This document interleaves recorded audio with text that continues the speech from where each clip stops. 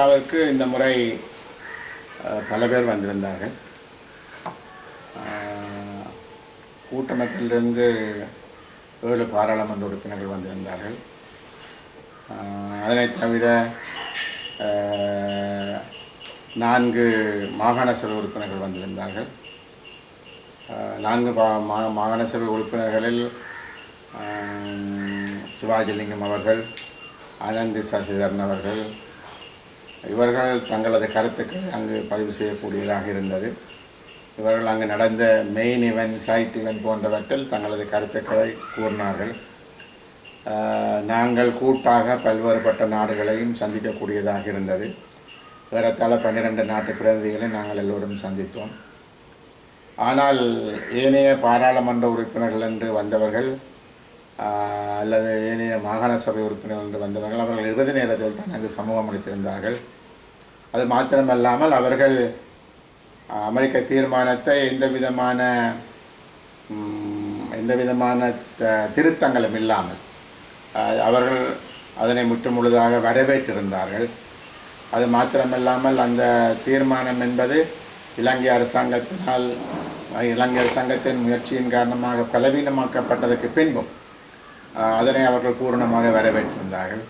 வரவேற்றது மாத்திரமல்லாமல் நாங்கள் எதிர்பார்த்த தீர்மானம் உருவாக்கப்பட்டிருக்கிறது என்றும் அவர்கள் பேசினார்கள். ஆகவே அவர்களை பொறுத்தவரையில் எவ்வளவு தூரம் அது பலவீனப்பட்டிருந்தாலும் கூட அதனை அவர்கள் ஏற்றிருக்கிறார்கள் என்ற காரணத்தின் நிமித்தம் உண்மையாகவே வருகின்ற தீர்மானம் அத்தனையும் எந்த விதமான பேச்சுக்களும் இல்லாமல் ஆதரிப்பதாக இருந்தால் ஜெனீவாவுக்கு போக வேண்டும் என்று சொன்ன தேவையில்லை. ஜெனீவாவுக்கு போவதனுடைய முக்கியமான நோக்கம் தமிழ் மக்களுக்கு சாதகமான ஒரு சூழலை உருவாக்குவதற்கும், தமிழ் மக்களுக்கு சாதகமான ஒரு தீர்மானத்தை கொண்டு வருவதற்கும், பாதிக்கப்பட்ட மக்களுக்கு நீதியை கொண்டு வருவதற்கும், பாதிக்கப்பட்ட மக்களுக்கு ஒரு முழுமையான தீர்வு திட்டத்தை உருவாக்குவது போன்ற பல காரணிகளின் காரணமாகத்தான் ஜெனீவா சென்று சம்பந்தப்பட்ட உறுப்பு நாடுகளுடன் பேசுவதும் மனித உரிமைகள் அமைப்புகளுடன் பேசுவதும் என்ற நடவடிக்கைகளை தொடர்ந்து செய்து வருகின்றோம். ஆனால் அவை எதுவுமே இல்லாமல் வரக்கூடிய தீர்மானம் அத்தனையும் எந்தவித என்ன மாற்றங்கள் நடந்தாலும் அதனை ஏற்றுக்கொண்டு அதனை வரவேற்கின்ற ஒரு சூழல் இருக்குமாக இருந்தால் நாங்கள் லட்சக்கணக்கான ரூபா பணம் செலவழித்து ஜெனீவா செல்ல வேண்டும் என்ற இந்த அவசியமும் கிடையாது. ஆகவே நாங்கள் இந்த முறை நடந்த ஜெனீவாவினுடைய தீர்மானத்தை பொறுத்தவரையில் தமிழ் தேசிய கூட்டமைப்பில் அங்கம் வகிக்கக்கூடிய முக்கியமாக தமிழரசு கட்சி அதனை முழுமையாக வரவேற்றது. முழுமையாக வரவேற்று அதற்கு தனது ஆதரவினை தெரிவித்து கொண்டது. அது ஒரு இலங்கையினுடைய நீதித்துறைக்கு உட்பட்ட வகையில் அது இருந்தாலும் கூட அதனையும் அவர்கள் வரவேற்றார்கள்.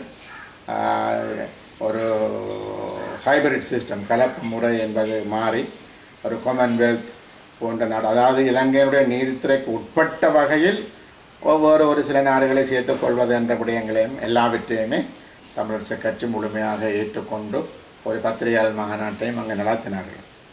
ஆகவே அந்த வகையில் நீங்கள் பார்த்தீர்கள்னு சொல்லி சொன்னால் அவ்வாறான விடயங்களைத்தான் செய்யப்போகிறோம் என்று கருதினால் அது உண்மையாகவே கொழும்பிலிருந்து கூட அதனை வரவேற்கலாம்.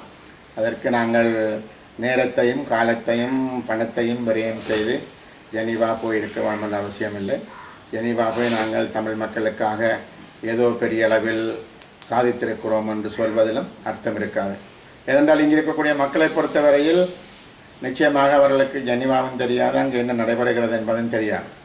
ஆகவே அவ்வாறான ஒரு மக்களை ஏமாளிகளாக கருதி அவர்களுக்கு ஒரு தவறான செய்திகளை கொடுத்து சர்வதேச விசாரணை முடிந்து விட்டது, இனிவரும் உலக விசாரணை தான் என்ற விதமாக ஒரு தவறான செய்திகளை கொடுத்து இவற்றை முன்னெடுத்து செல்வது என்பது என்னை பொறுத்தவரையில் ஏற்றுக்கொள்ளப்பட முடியாத ஒரு விடயம்.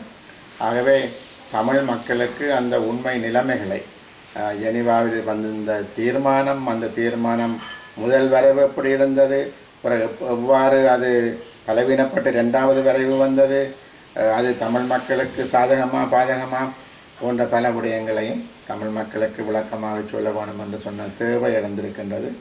நாங்கள் விரைவாக அதனை செய்வோம் என்று நம்புகிறேன்.